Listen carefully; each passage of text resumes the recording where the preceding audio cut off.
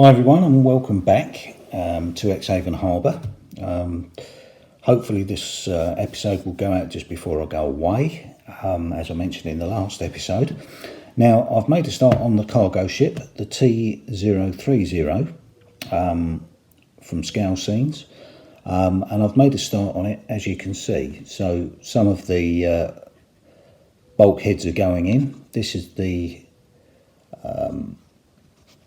front part of the ship, I think the keel. Was it the keel? Oh, I don't know. Bow, port, I don't know. Anyway, it's all on here somewhere. But anyway, we won't focus on that. But anyway, all of the bits go together quite nicely. Although what I've found is when I'm cutting these pieces out, this is for the rear part of the ship, these gaps are very, very tight, and when I started putting these on the front part of the ship, they were too tight, and they bent the card as I slipped or tried to slip them on. So I had to cut them a little bit wider. So we've done that, but it is very, very hard on your hands because I've used 2mm card for the structure, or the internal structure of the ship, and cutting the curves. This is the next one that I'm going to do. These curves really do take some cutting, and what I'm doing is basically just breaking the surface as I would do normally, and then just running around the line. But I do three runs of each, so 1, 2, 3, and the same here, 1, 2, 3, 1, 2, 3, and then 1, 2, 3 down here, bearing in mind I'm making these slightly wider, and then I can go in without like the ruler as such, because the line is already made. So then I'll scribe it another 2 or 3, 4, maybe even 5 times. This knife that I'm using at the moment, the blade is getting a bit worn, and it'll be changed after this last bulkhead that I'm doing now. So that's where I'm at with that. Let me just move that out of the way for a second, because there are lots and lots of bits that I've, well, I say lots and lots of bits, there are bits that I've been cutting out, and these will all fit on here like this. That goes on there, fits down the middle line like that.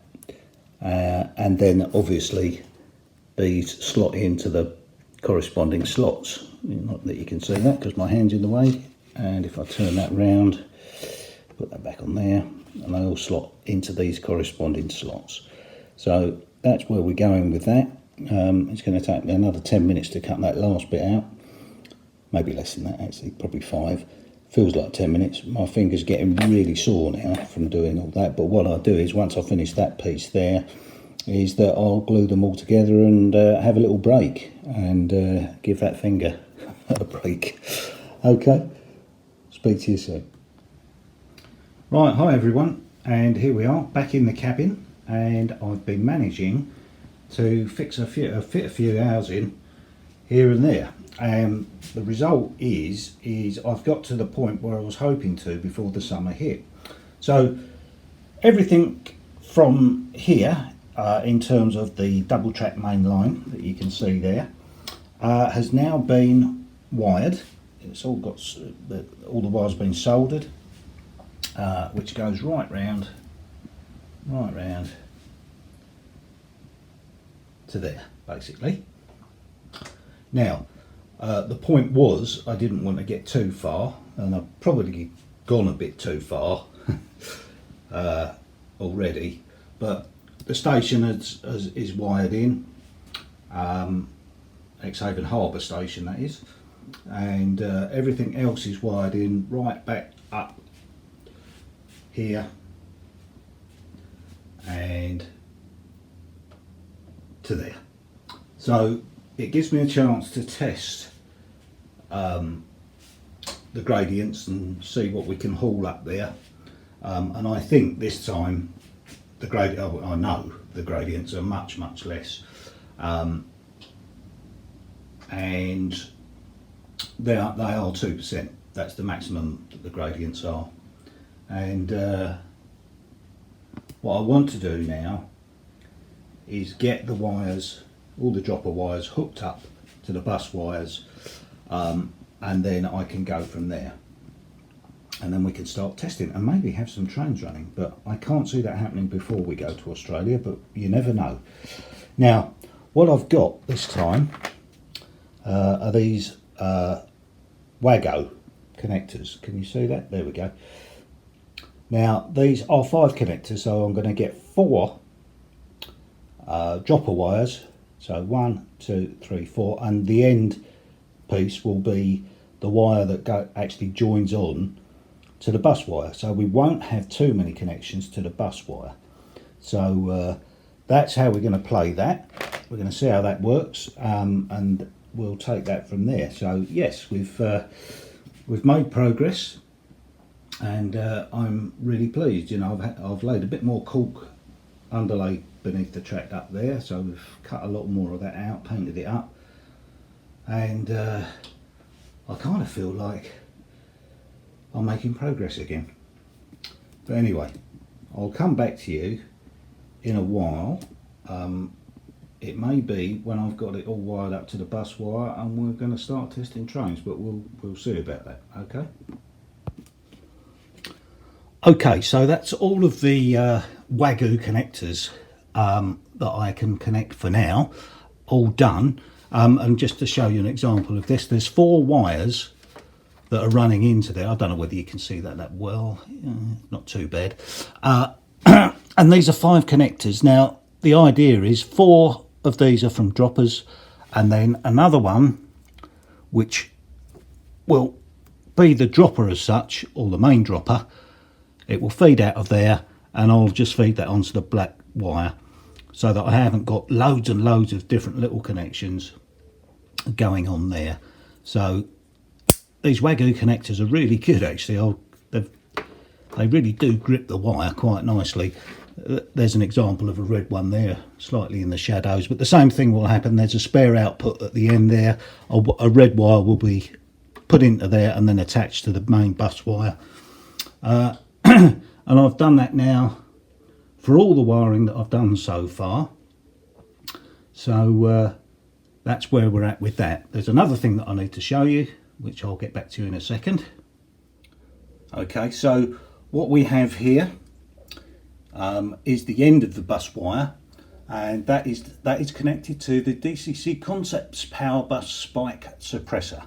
So hopefully that will negate any problems that I have there. This has been secured onto the leg of the board here by 2 of the very tiny screws, which was not as easy as I first thought it was going to be, because I kept dropping the screw. But yes, that's in there now. So if I just sort of move you round carefully, and you can see in here, it's probably a better way of showing you actually, the Wagyu connectors with all the wire connectors going in, and with the spare output at one end. So I'm now going to get all those extra 1 piece of wires that are going to go out and onto the bus wire. I'm going to get them all prepared, and then I'm going to put them in, and I'll show you that when I come back. Now I have finished all of the repointing of the patios now, which has pleased me no end, because I was absolutely sick of it, and I've given myself a day in the cabin. Now, no promises at this stage, perhaps I shouldn't even say it, but I'm hoping to get connected up today where we can test run some trains. We'll see. Okay, so I'll come back to you a bit later. Well, the progress of the cargo ship is going quite well. It has taken a while to get to this stage. Obviously, the let's say the hull shapers, which are these bits here, my fingers are on, they take some time to cut out because of the curves. We're actually in the process of building the holds now. The ship is still in 2 pieces, so the bow is still to be attached. which will go like that, and then this other part of the hold will fit in there like so as we go. But yeah, quite a sizable ship really. I think I'm just going to take it out of shot for a second, and it is roughly, well, it's just over 30 centimetres, which is obviously about a foot in length, which is quite sizable. So I'd imagine in double O gauge that's going to be at least double that, and maybe look much bigger. Might be quite a nice exercise to build one of those one day. But yeah, that's how it's coming on. You know, this part of it has, like I say, it has taken ages. So, but we're getting there, and we're getting from the, let's call it the bones, and we'll be getting on to adding the outside layers at some point. Now that's, as Ian would say, that's the tricky bit.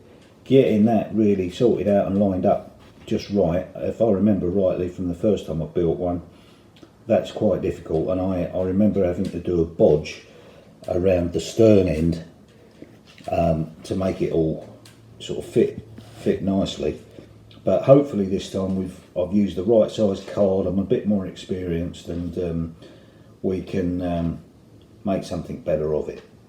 Okay, so that's where we're at with that, and probably the next time you'll see any further progress on it will be in my sort of first update in September, but I don't know when that's going to be yet, but we'll see.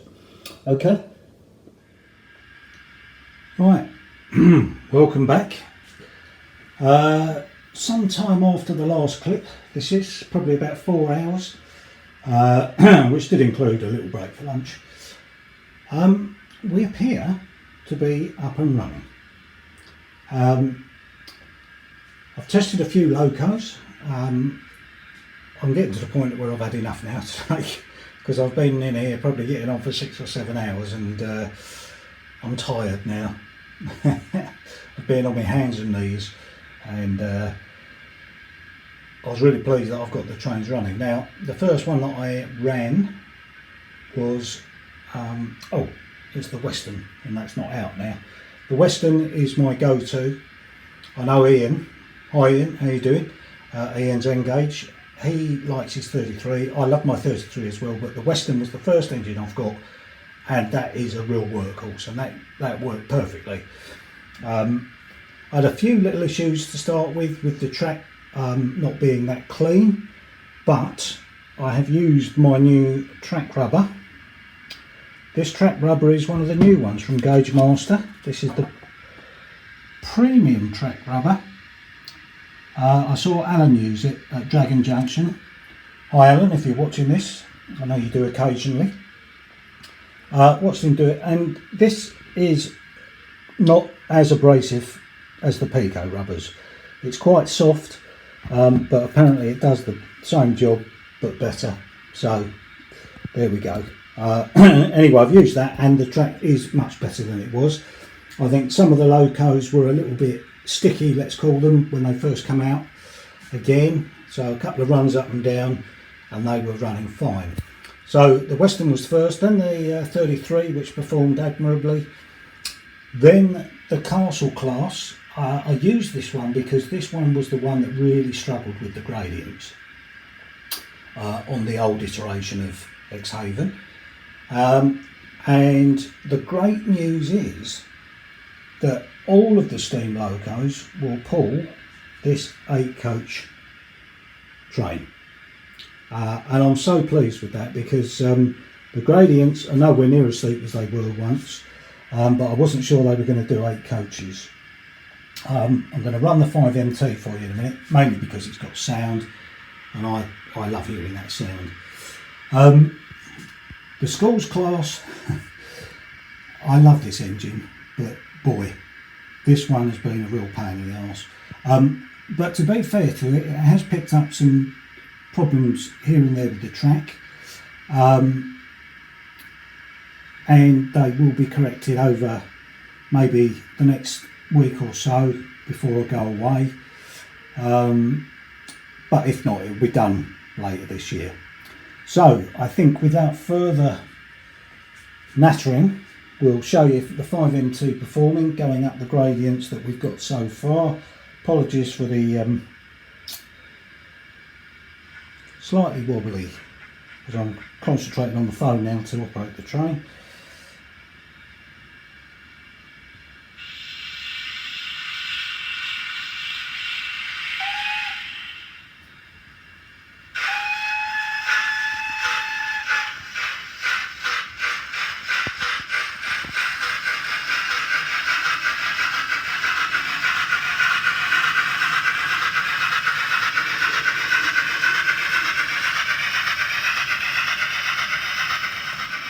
Hopefully this runs with. You know what it's like, as soon as you get the video camera going, something happens.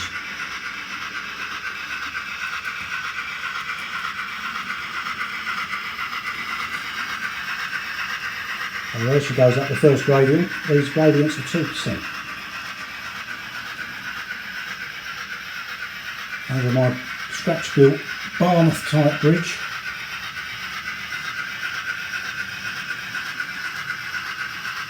And she's got up that first gradient without any problem. I've run it over the crossover just to give it a little bit of extra friction, as it were. And now it comes up the next gradient, which is also 2%. But unfortunately the gradient runs out too early, so I've got to build some more tractability, but it shouldn't be a problem. So I'm going to have to stop it there because it'll bump into the end.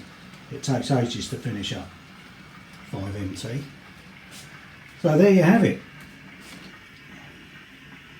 Full 8 coaches, taking up the gradient, and I'm so pleased that that's worked with 8 coaches. I was thinking about running with 6 or 7 if it was a problem, but 8 coaches to me is fantastic, especially with the steamers. The diesels, no problem at all. So there we go. Hope you enjoyed that. I might do a couple of others for you. We'll see how that goes.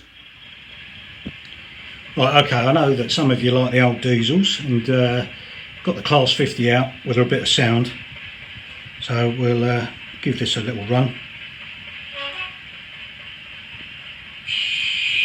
This is coming out of Exehaven Harbour station, or what will be at some point in the future.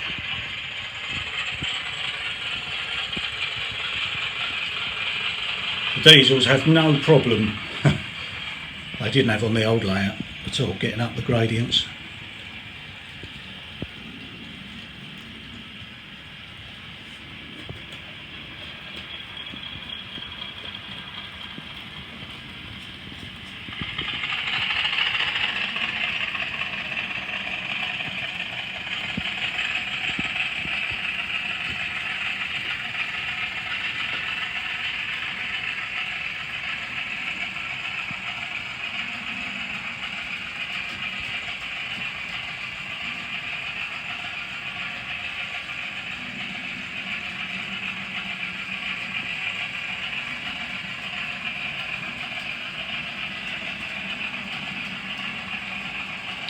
Right, so there it is.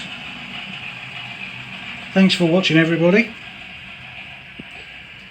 and I'll be back again after my trip to Australia. I'll see you in September. Thanks everybody for watching, thanks for your support on the last episode, and I'll see you soon. Cheers.